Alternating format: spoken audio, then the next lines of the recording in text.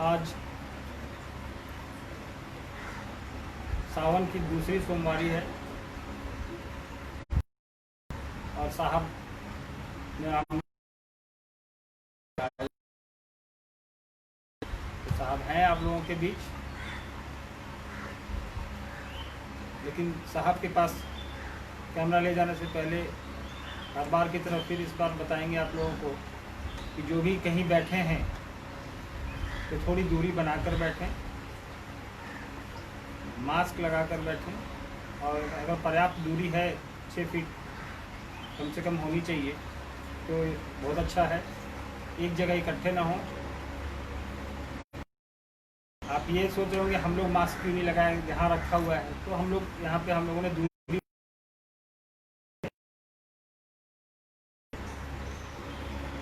कुछ एक चीज़ जो आप लोगों से बताना चाह रहा हूँ। कुछ अभी मैं इधर लगातार सोशल मीडिया और यूट्यूब पे मैं देख रहा हूँ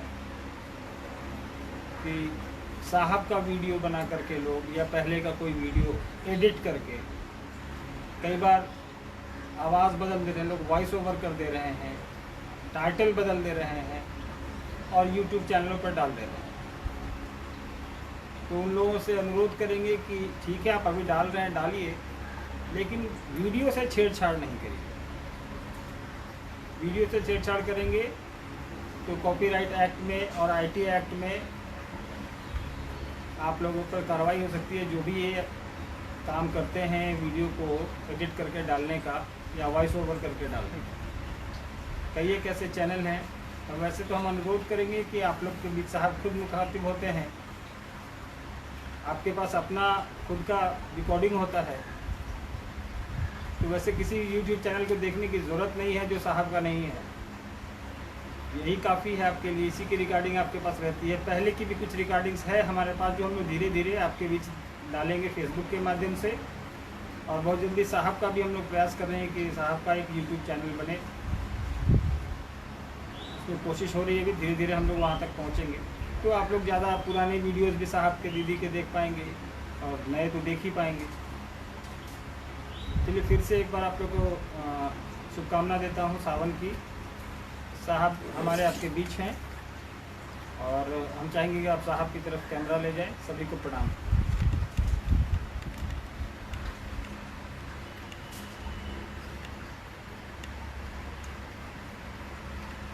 सभी को मेरा प्रणाम।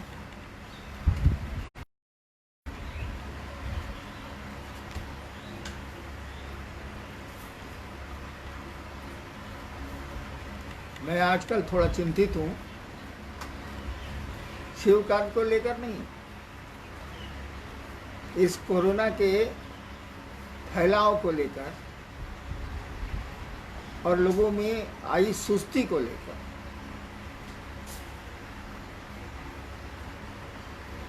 मैंने कई बार कहा कि हमको आपको सतर्क रहना चाहिए। वो 2 गज की दूरी है, उसको हमको आपको उसका अनुपालन करना चाहिए, मास्क लगाना चाहिए, अनावश्यक घरों से नहीं निकलें। यहाँ तो प्रयास किया जाता है कि शिव चर्चाएँ क्यों बंद हैं। अक्सर फ़ोन आते हैं लोगों को कि शिव चर्चाओं को चालू क्यों नहीं कर रहे हैं आप लोग। सो तो हम लोग नहीं करेंगे, और जब तक ये संक्रमण का दौर रहेगा तब तक नहीं करेंगे। वो जब तक महादेव चाहे रहे, हम लोग चर्चाएं अपनी बंद रखेंगे, सतर्क रहेंगे, सोशल डिस्टेंसिंग मेंटेन करेंगे, मास्क पहनेंगे और अनावश्यक घर से तफरीह में नहीं निकलेंगे। बहुत लोग तफरीह में निकलते हैं कि मन निकल लगा चल तनी घूमे हो, तो उनको कोरोना घुमा देगा बढ़िया से। इस काम को बंद करिए, चर्चाएं भी बंद करिए।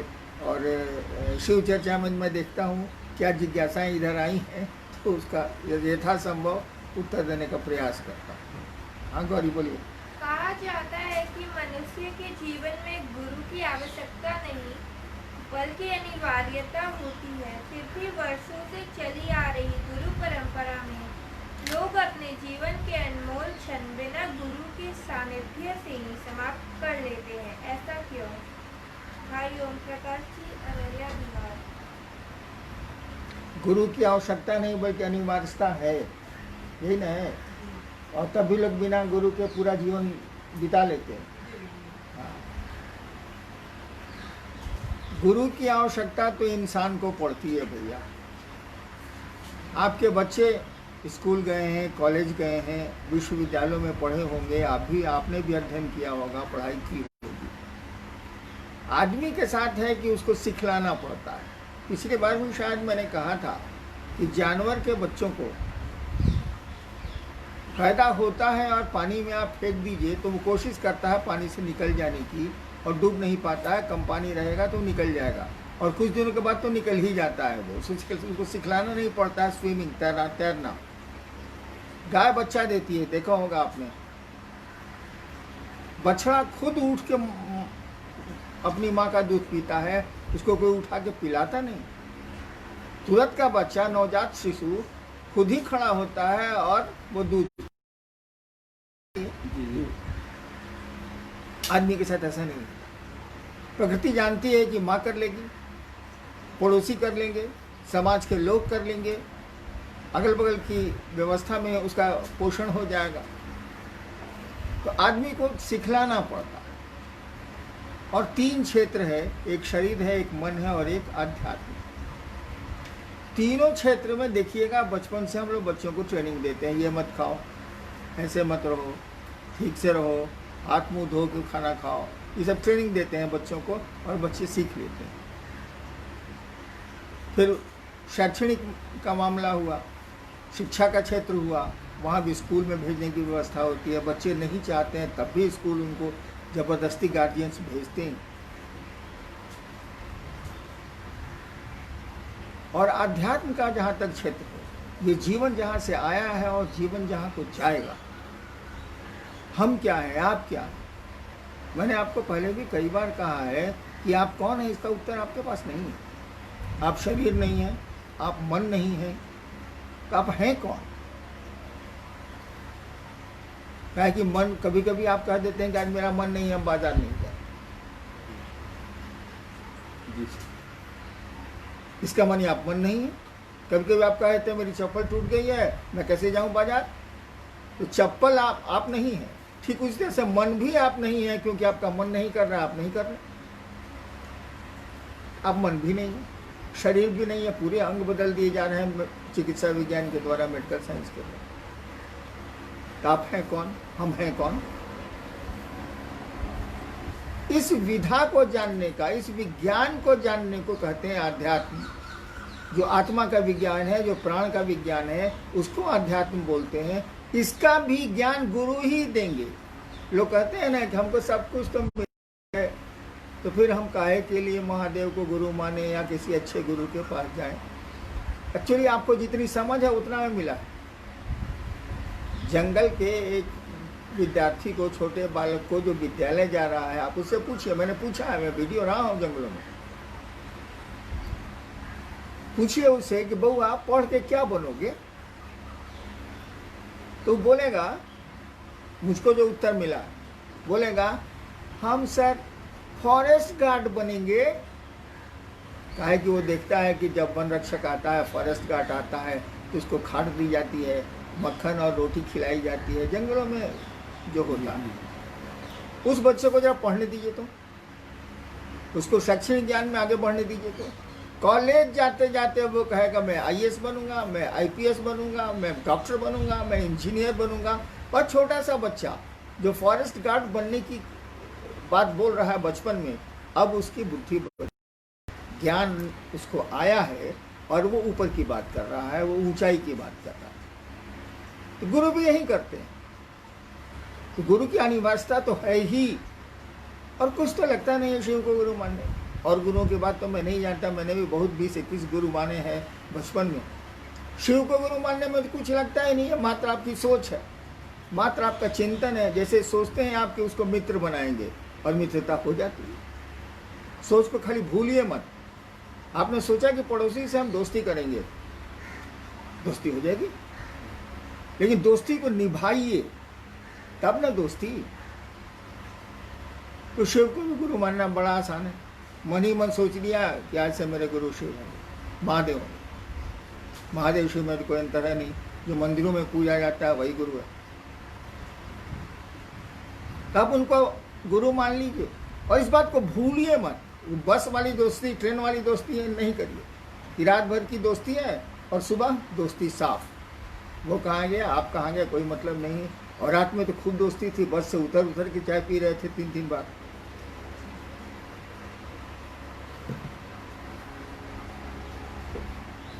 वैसी दोस्ती कम से कम मत करिए, करिए तो ठीक से करिए, नहीं तो मत करिए। तो अपने गुरु से भी मित्रता करिए, वो तो आपके मित्र हैं ही, वो आपके सखा हैं ही, आपके मित्र, वो साथी हैं ही। वो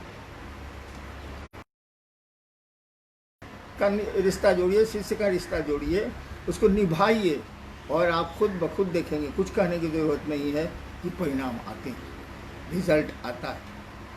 और जब कोई साथ नहीं देता है, ऐसे क्षण जिंदगी में बहुत आते हैं, तो वो शिव ही साथ देता है, उसकी दया ही काम करती है। नेक्स्ट, बहन रजनी जी नवादा बिहार ने लिखा है, साधुता कहती है रहना नहीं देश वीराना है, तो फिर जागतिक सुखों के लिए इतनी भागदौड़ क्यों? साधुता कहती है कि रहना नहीं देश वीराना है। बिल्कुल सही, साधु ये मुर्दों का गांव, कबीर भी बोल गए। तब भी ये जागतिक सुखों के प्रति इतनी भाग दौड़ क्यों? वह परमात्मा, वह ईश्वर, समझिए इसको, वह शिव जीव भाव के चलते अंशों में आया है हमारे आपके और जगत के रूप में। जीव जगत से जुड़ा है, जागतिक आकर्षण होंगे तभी वो जीव होगा, उसके अपने कर्मफल होंगे, कर्म बंधन होंगे उसके। तो स्वाभाविक रूप से जगत का आकर्षण तो होगा ही होगा। इसको बल्कि एक शब्द इसके लिए आप इस्तेमाल कर सकते हैं कि जीव में जगत का आकर्षण, अपने जीवन का आकर्षण, अपने शरीर के प्रति आकर्षण, अपनी सुरक्षा के प्रति उसकी संवेदना रहेगी ही रहेगी। जीव के रूप में जगत में आया, लौकिक आकर्षण तो रहेंगे।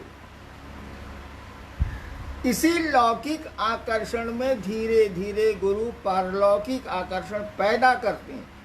सही जो गुरु होगा एक बैग नहीं करेगा, एक बैग करेगा तो साधु हो जाएगा, परिवार छूट जाएगा उसका, समाज छूट जाएगा उसका, व्यवस्था उसकी टूट जाएगी।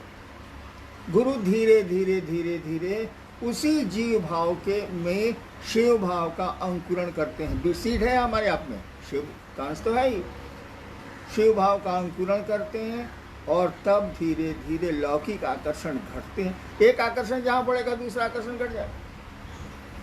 जहाँ एक आकर्षण कोई विशेष हमारे आपके मन में बढ़ा, अन्य आकर्षण को घटा देगा।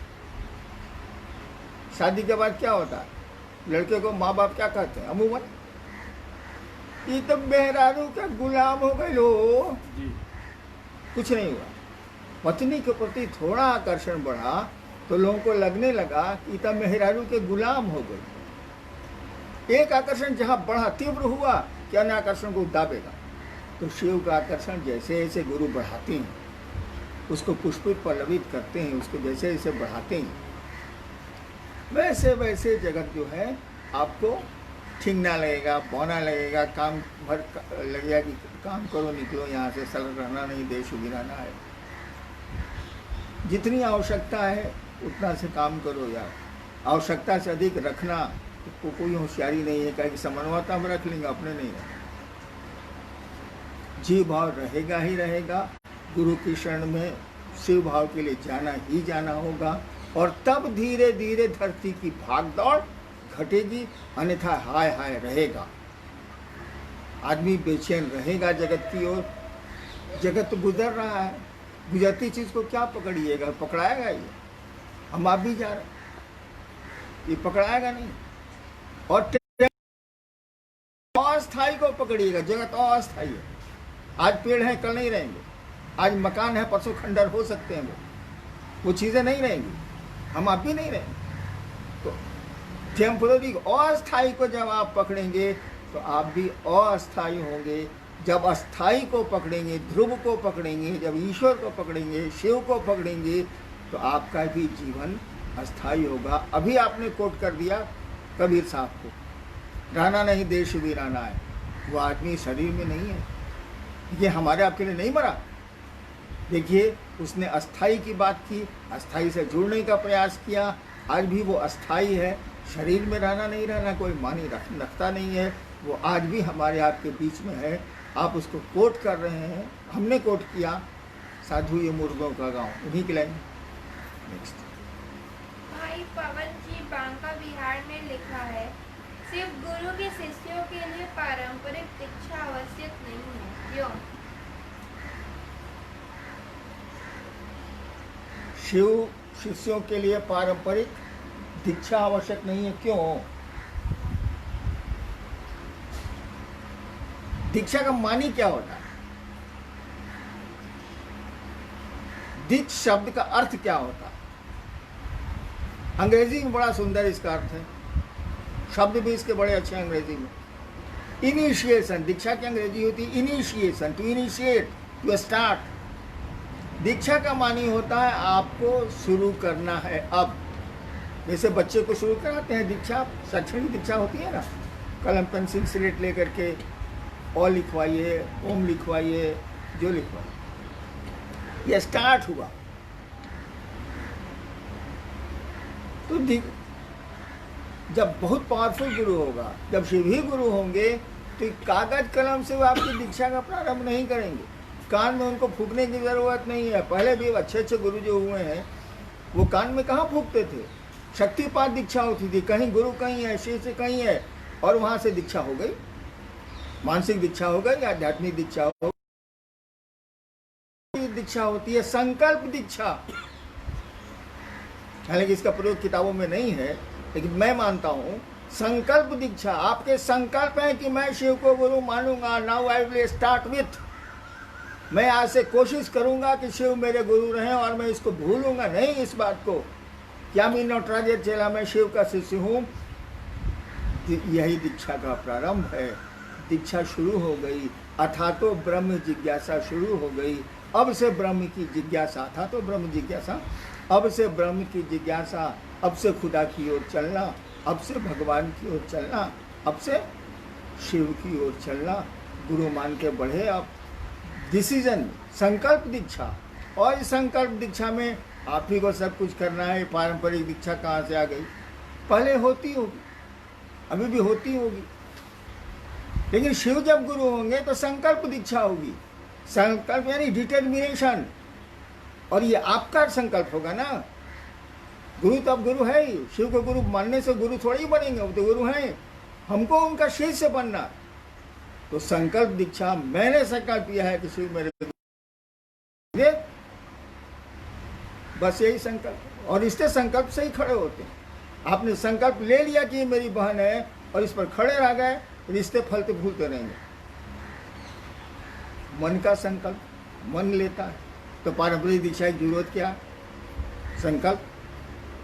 नेक्स्ट। बहन राधा जी और बहन वीना जी मुंबई से लिखी है, सिर्फ शिष्यता में शिव के पद पर निस्वार्थ भाव से चलने के बावजूद मन क्यों भटक जाता है?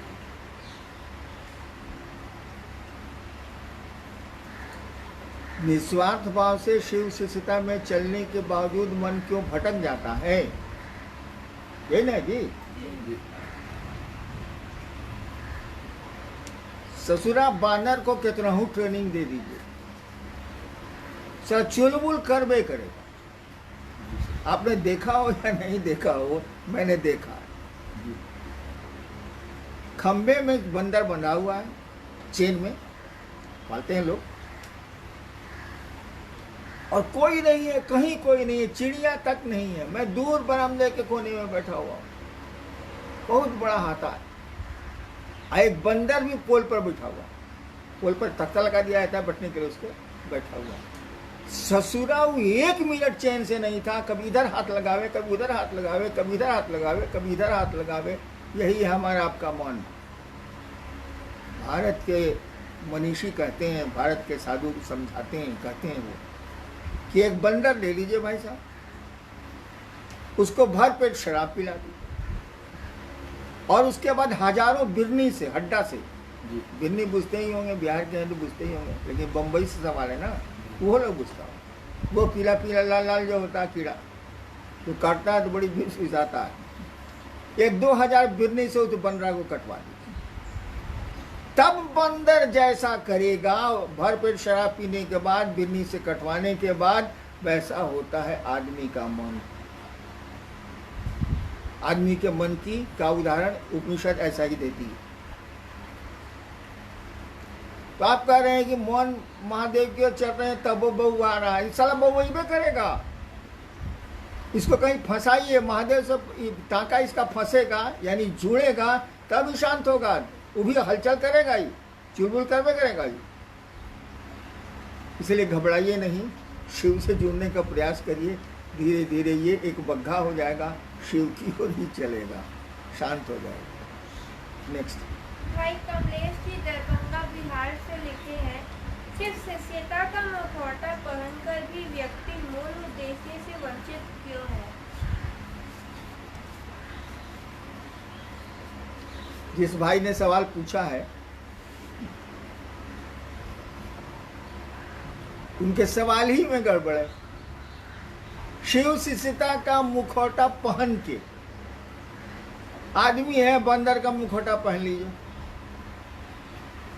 तो क्या होगा? बंदर के लक्षण तो आएंगे नहीं, जितना देर दिखाना है बंदर ऐसा दिखाइए, लेकिन मूलता तो नहीं आएंगे। बंदर है, आदमी का मुखौटा पहना दी तो कुछ देर तो नौटंकी कर सकता है आदमी की, फिर तो बंदर है। तो जब कोई शिव शिष्य होके मुखौटा ही पहन लिया, शिव शिष्यता का नहीं होके शिव मुखौटा पहन लिया, यानी ड्रामा कर रहा है वो, तब तो गड़बड़ी होगी ही होगी। कहे कि आप दुनिया को उल्लू बना सकते हैं, हम आपको उल्लू बना सकते हैं, शिव को उल्लू नहीं बना सकते, अपने आप को उल्लू नहीं बना सकते, जनता को बना सकते हैं, अपने आप को नहीं बना सकते। मुखौटा नहीं, सही में शिव से बनिए, मुखौटा उतारिए अगर पहनते हैं तो, या जो भी पहनते हो शिव से का मुखौटा उतारिए और शिव से बनिए। मुखौटा देहते नहीं चलेगा। हमने जीवन में बहुत देखा है, आसमान के लोगों को भी देखा है, ये मुखौटा पहनते हैं ठगने के लिए, लेकिन एक दिन तो पोल खुली ही जाती है। और जब रंगा सियार बनिएगा तो रंगवा कितना देर रहेगा, उतर जाएगा भाई जी। नेक्स्ट भाई अमर जी मुजफ्फरपुर ने लिखा है, त्रिपुंड क्या है जो लोग माथे पर तिलक के रूप में लगाते हैं? त्रिपुंड क्या है? वो ऐसे गिरा हुआ कि ऐसे खड़ा?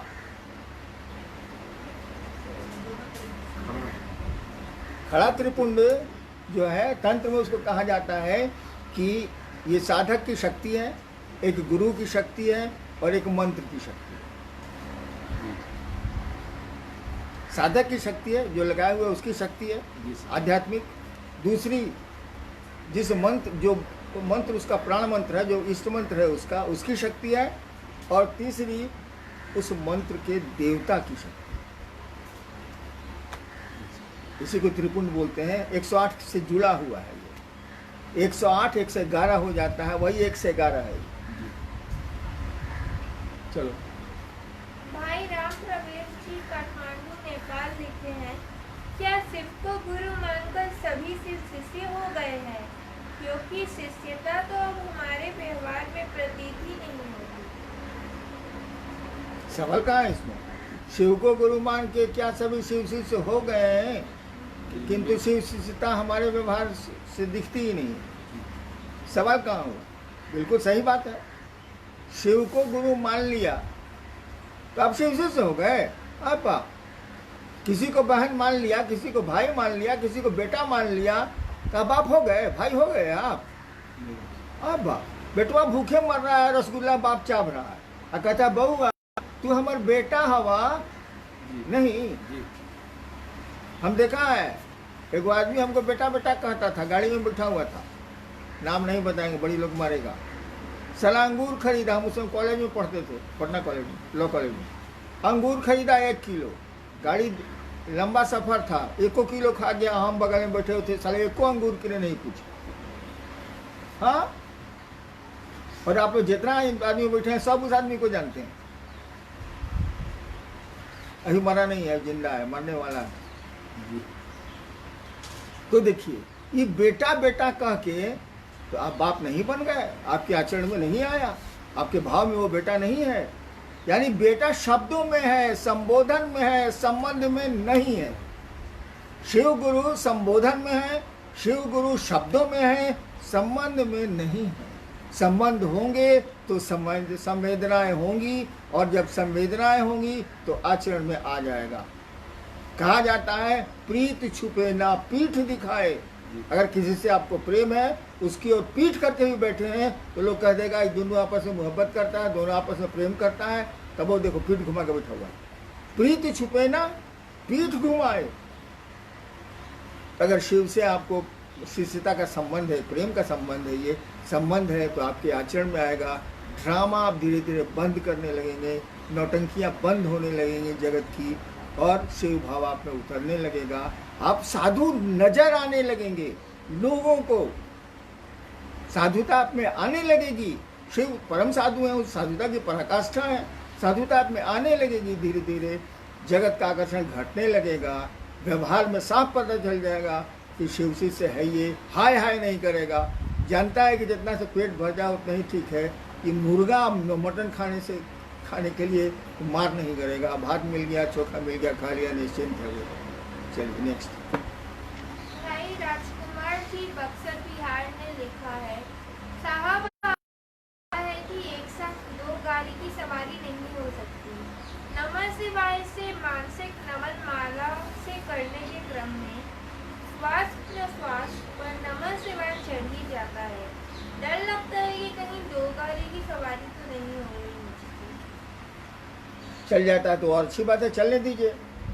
अरे सांस प्रश्वास पर नमः शिवाय का जप और माला पे नमः शिवाय का जप। हमने कहा कि भैया एक बार रिक्शा, एक बार कार पर दो टांग मत रखो, या तो माला कर लो तब नमः शिवाय करो सांस पर, या पहले नमः शिवाय कर लो तब माला पर 108 बार करो।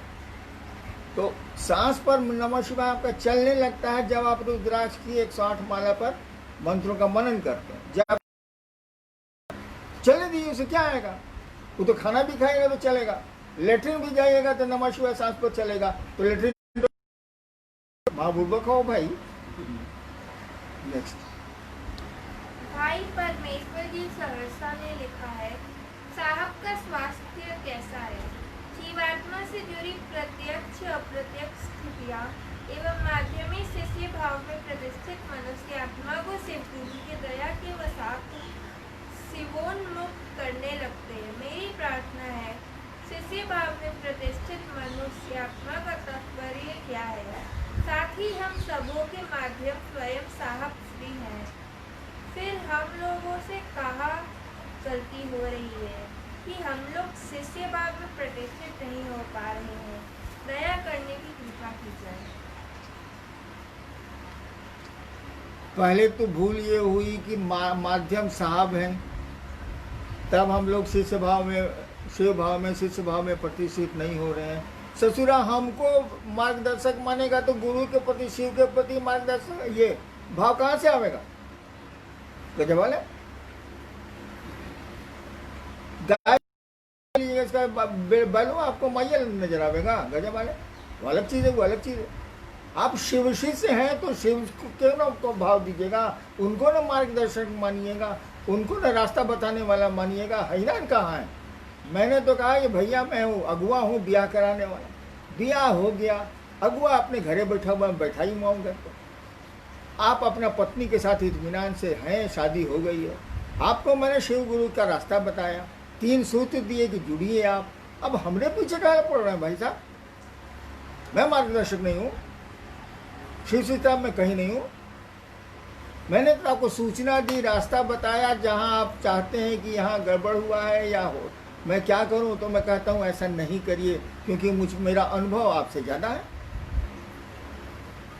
तो शिव को गुरु मानिएगा, शिव को अपने टारगेट में रखिएगा, तब ना शिष्य भाव जगेगा, तब ना शिव भाव आएगा। आप हमको मार्गदर्शक मान लीजिएगा तो बीच में गड़ा जाएगा, ताकि मेरे मार्गदर्शक खुद ही शिव है। तो जितना हमको उन्होंने बताया उतना तो मैं बता दूंगा। लेकिन दया तो वहीं से मिलेगी ना भैया। हम एक गिलास पानी आपको दिया रहे हैं पीने के लिए, ससुर हमारे बाप का पानी है वो, चापाकल का भी पानी है, ठीक है मेरे हाथा में ही है, लेकिन पानी तो जमीन का है यार। चापाकल का पानी थोड़ी होता, कुएं का पानी थोड़ा ही होता, ये बोरिंग का पानी अपना थोड़ी है, मशीन है वो। पानी तो जमीन का होता है। दया तो उस गुरु की होती है। कोई लेके एक गिलास दे दे, एक चम्मच दे दे, एक कटोरी दे दे, लेकिन व्यवस्था तो आपको परमानेंसी की करनी होगी, शिव से जुड़ना होगा और बीच से हमको हटाना होगा और शिव से जुड़ना होगा। मैं जितना कहता हूँ उसके बाहर जाइएगा तब तो नहीं चल सकिएगा, लेकिन उसके भीतर आपको खुद चलना होगा, शिव गुरु से जुड़ने का प्रयास करना। बहन स्मृति जी हुगली ने लिखा है, प्रेम और भाव में क्या अंतर है? शिव मेरे गुरु हैं, मैं शिव का शिष्य हूँ, तो एक शिष्य का अपने गुरु के लिए गुरु दक्षिणा क्या होगा? साहब हम बंगाल के गुरु भाई बहन अनुरोध करते हैं कि आप हर सप्ताह लाइफ में आइए।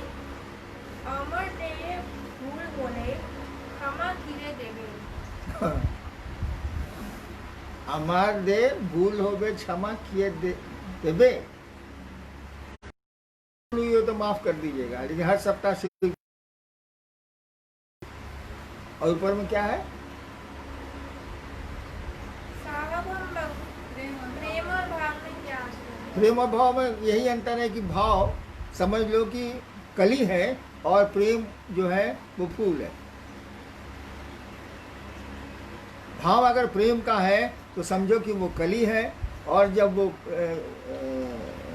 वो पूरा खिलेगा तब वो प्रेम है। कहा ही जाता है भाव जो है प्रेम की पहली अवस्था है, दुश्मनी की पहली अवस्था है, लेकिन प्रेम की पहली अवस्था भाव की अवस्था है, भावावस्था है। भाव आएंगे, मन स्थिर होगा, विचार एकत्रित होंगे एक जगह, और तब विचार जब घनीभूत होंगे एक दिशा में तब भाव पैदा होगा। भाव जब और स्ट्रांग होंगे और मजबूत होंगे तो वो प्रेम में रूपांतरित होता है। कलियां फूल बनती हैं, वो कली समझ लो भाव को, कल ही नहीं होगी तो फूल कहाँ से होंगे। कली समझ लो भाव को और फूल समझ लो प्रेम को। भक्ति इसी प्रेम के फूल की सुगंध है, सुरभि है, स्मेल है। और जहाँ तक गुरु दक्षिणा देने का क्या जो सवाल है, शिव को आप क्या गुरु दक्षिणा देंगे सो बताइए। वो न सो सकता है, शरीर में है नहीं, वो न खा सकता, न कपड़े पहन सकता, न हमारी आपकी गाड़ी में घूम सकता, कुछ नहीं है वो सगुण भी है, निर्गुण भी है। क्या गुरु दक्षिणा दें? गुरु ने जो कहा सो न करिए। जो आपको कहा गया गुरु को प्रणाम करिए, गुरु से दया की याचना की मनाई स्थिति में जाइए। याचना करना, मुआस करने से याचना थोड़ी होती है। नमः शिवाय करने से नमः शिवाय थोड़ी होगा। नमः शिवाय में भाव जो है कि शिव को प्रणाम, इस भाव से अपने गुरु को प्रणाम करिए। 108 रुपये करिए, जैसे करिए, शिव भाव से प्रणाम करिए। गुरु को प्रणाम करने के भाव से शिव को प्रणाम करिए। दया मांगने की मनाई स्थिति में जाइए, स्थिति होनी चाहिए। दूसरों को शिव गुरु की ओर प्रेरित करिए।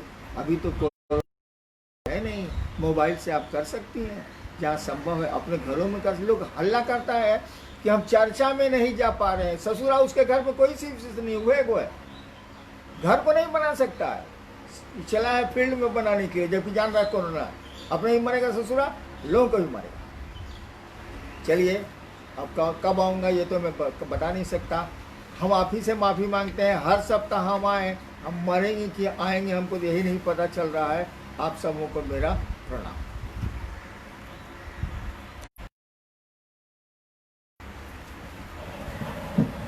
अब थक कर सकते हैं।